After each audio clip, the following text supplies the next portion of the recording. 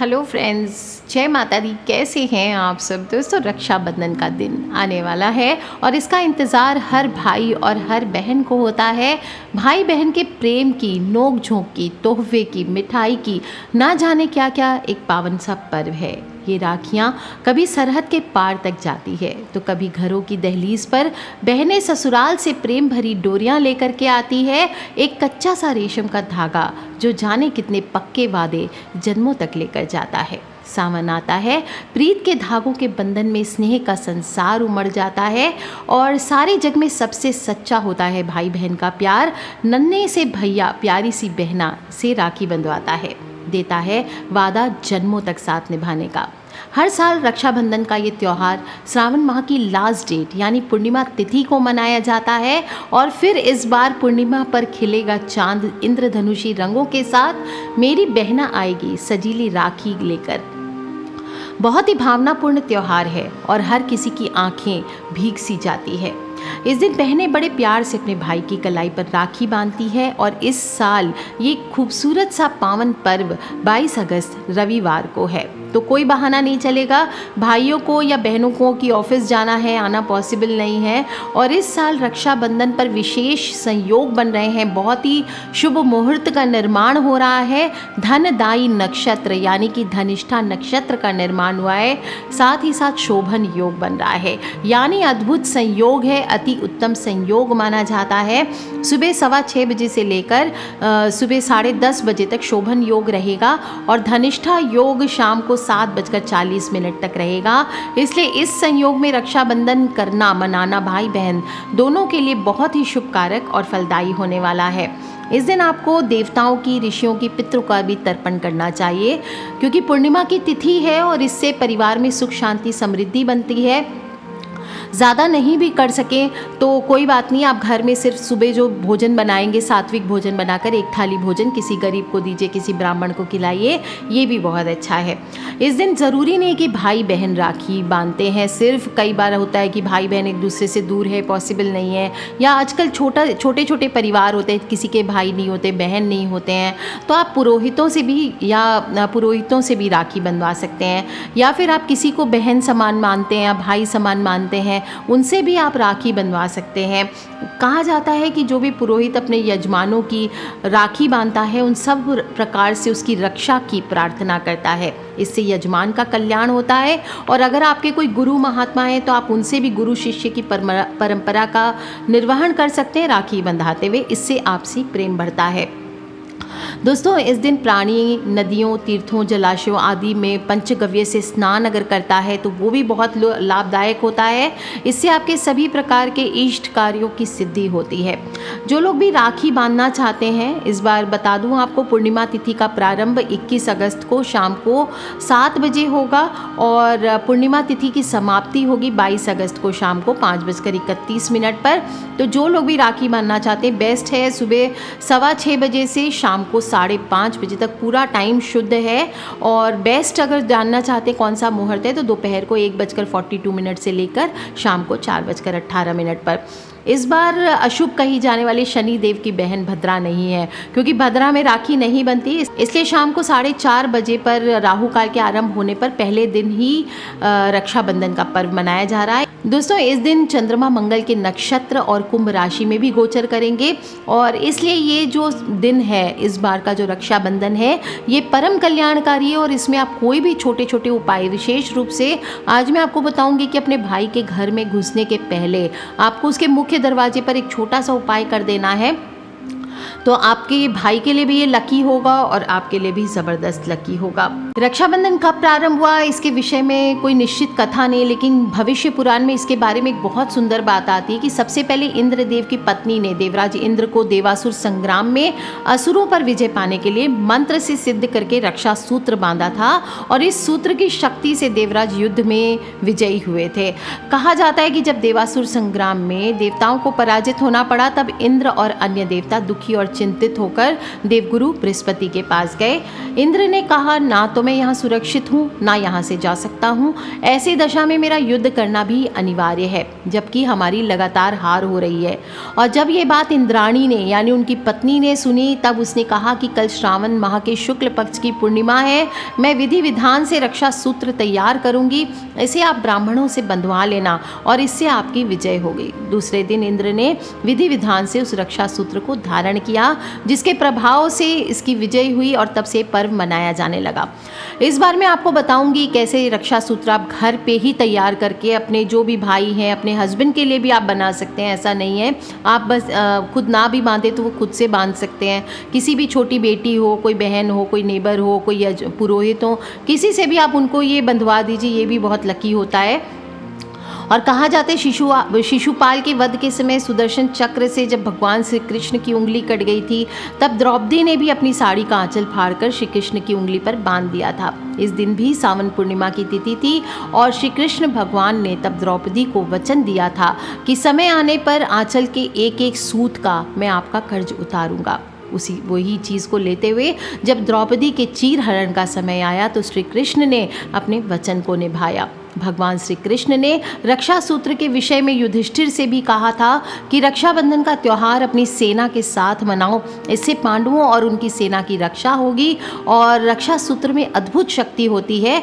इसके विषय में भी बहुत अनेक सारी कथाएं आती है, लेकिन आधुनिक समय में हम सिर्फ बात करेंगे राजपूत रानी कर्णावती की। राजपूत रानी ने अपनी राज्य की सुरक्षा के लिए मुगल शासक जो हुमायूं थे उनको राखी भेजी थी और हुमायूं ने भी राजपूत रानी को बहन मानकर राखी की लाज रखी और उनको राज्य को शत्रु से बचाया जाए।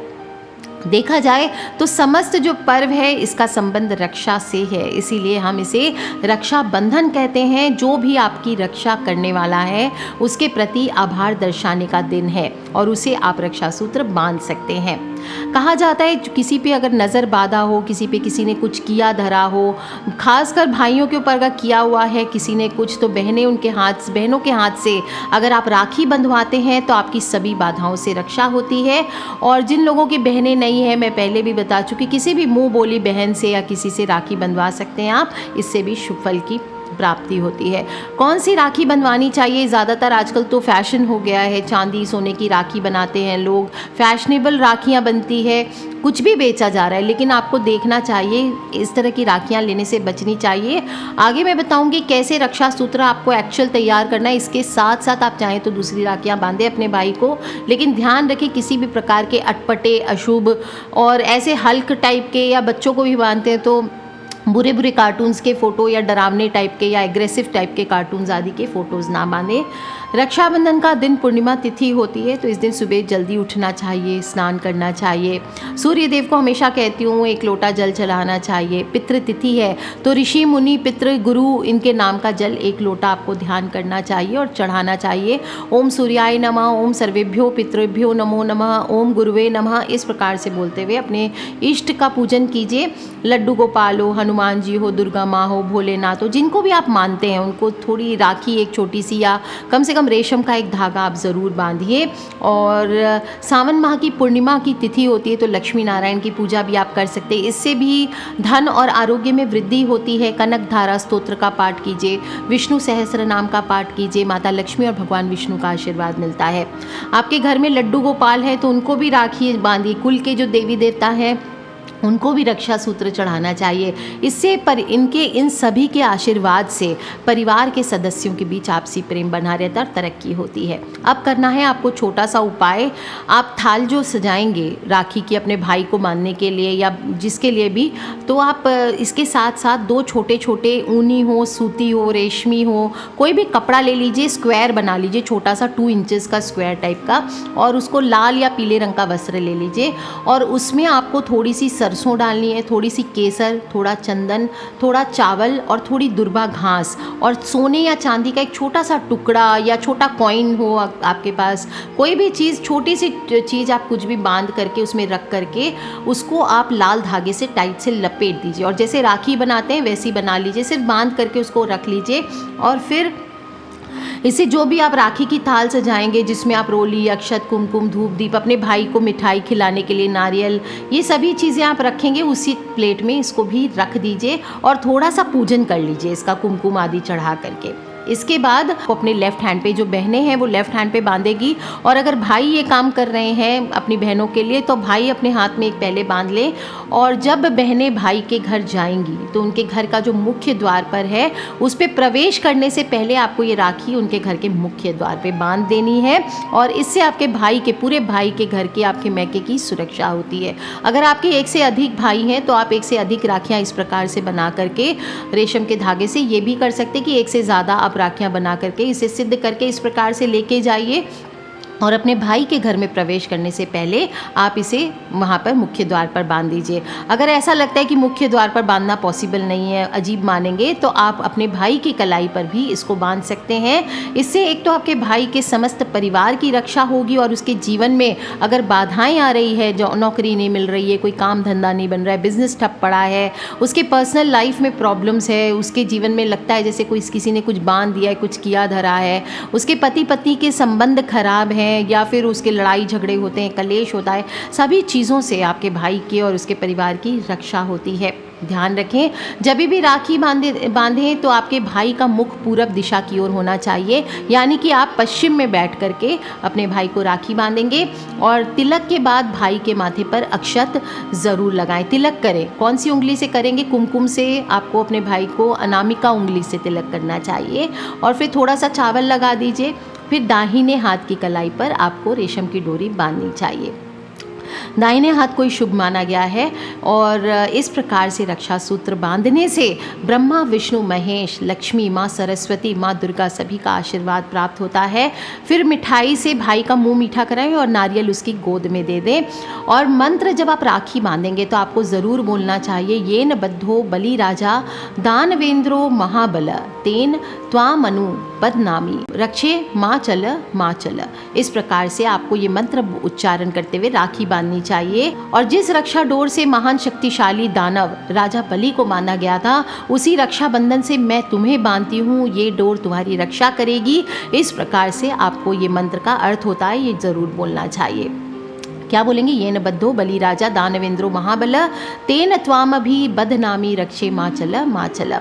इसके साथ साथ अगर नवग्रहों की पूजा कर सके तो बहुत अच्छी बात है, और नहीं तो राखी बांधते हुए साथ ही साथ आपके भाई के जीवन में जो भी ग्रह दोष मौजूद है, या तो आप अगर पता है कि उसके ये ग्रह दोष है तो आप चाहें तो सिर्फ उस ग्रह के मंत्र का जप कर सकते हैं, और नहीं तो नवग्रहों की शांति आप दोनों की अशुभ ग्रह दशा को सरलता से पार करा देगी। तो आपको ज़रूर बोलना चाहिए एक और मंत्र, ब्रह्मा मुरारी त्रिपुरांतकारी भानु शशि भूमि सुतो बुधश्च गुरश्च शुक्र शनि राहु केतव सर्वे ग्रह शांति करा भवन्तु।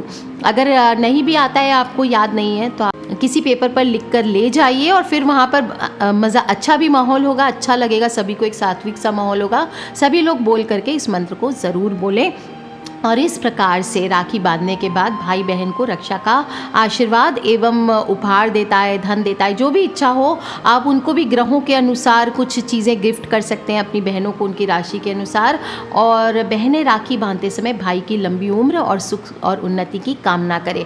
इस प्रकार से रक्षाबंधन का दिन आपको मनाना चाहिए। सारी पूजा कंप्लीट होने के बाद आपको भाई बहनों को चाहिए कि गुरुजन हो, माता पिता हो, उनका, सभी घर के बड़ों बुजुर्गों का आशीर्वाद लें। किसी भी प्रकार की खटास किसी के प्रति अगर कभी कुछ कड़वा बोल भी दिया है तो उन्हें सॉरी बोल करके उनके चरणों का आशीर्वाद लें। और इस प्रकार से आपके जीवन में उन्नति और दीर्घ आयु के साथ बल, यश और विद्या में भी उन्नति होगी। साथ ही साथ आप देखेंगे ये रक्षाबंधन आपको सभी समस्याओं से मुक्ति दिलाता है और हर असाधारण काम को भी करने की आपको शक्ति देता है। थोड़ा सा दान हो तो ज़रूर करें, अन्न हो, धन हो, गरीब हो, ज़रूरतमंद हो, इनको दान करना हमारे शास्त्रों में बहुत ही पुण्यदायी माना गया। पूर्णिमा तिथि है तो ऐसा आप दान ज़रूर करें किसी भी ज़रूरतमंद को। इससे पुण्य का कोष बढ़ता है, मृत्यु के बाद उत्तम लोगों की प्राप्ति होती है और अगले जन्म में व्यक्ति धनी भी बनता है। अच्छा, एक और बहुत इम्पॉर्टेंट चीज़ है, जिन लोगों के घरों में गाड़ियाँ हैं, हम लोग गाड़ियों को छोड़ देते हैं। देखिए, वाहन की सुरक्षा करना बहुत ज़रूरी होता है। तो रक्षाबंधन के दिन आपकी जो भी गाड़ी है उसको भी रक्षा सूत्र ज़रूर बांधना चाहिए। इससे आपकी सुरक्षा बनी रहती है और कहा जाता है दुर्घटना की आशंका ख़त्म होती है। कभी भी रास्ते में जा रहे हैं तो आपको मुश्किलों का सामना नहीं करना पड़ता है। दोस्तों, ध्यान रखें, पूरे दिन स्वच्छता के साथ बिताएं। ओम नमः शिवाय का, ओम नमो नारायणाय, ओम नमो भगवते वासुदेवाय, इसका जप करते हुए बिताइए। क्रोध हो, अहंकार हो, किसी भी प्रकार की विवाद की स्थिति हो, अगर कभी भाई बहन में आपसी झगड़े भी हुए हो तो उस चीज़ को भूलिए और एक नए जीवन के साथ आप आगे बढ़िए।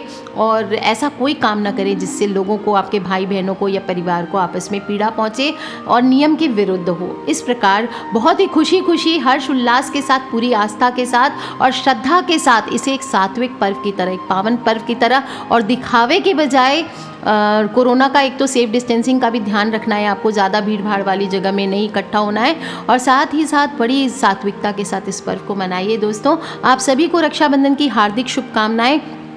सभी ब्रजनारी परिवार के भाई बहनों की सुरक्षा भगवान करें, भोलेनाथ करें, काल करें, और अपने अपने इष्ट को आज मनाते हुए यहीं पे पूर्ण करते हैं। आज के लिए इतना भी।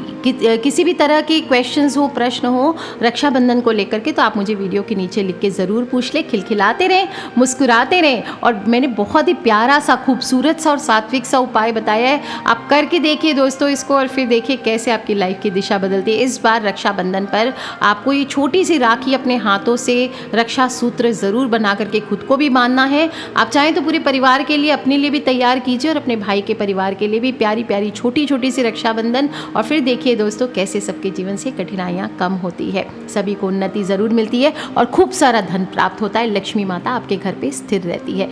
Take care friends, love you all. जय माता दी, बम बम भोलेनाथ की।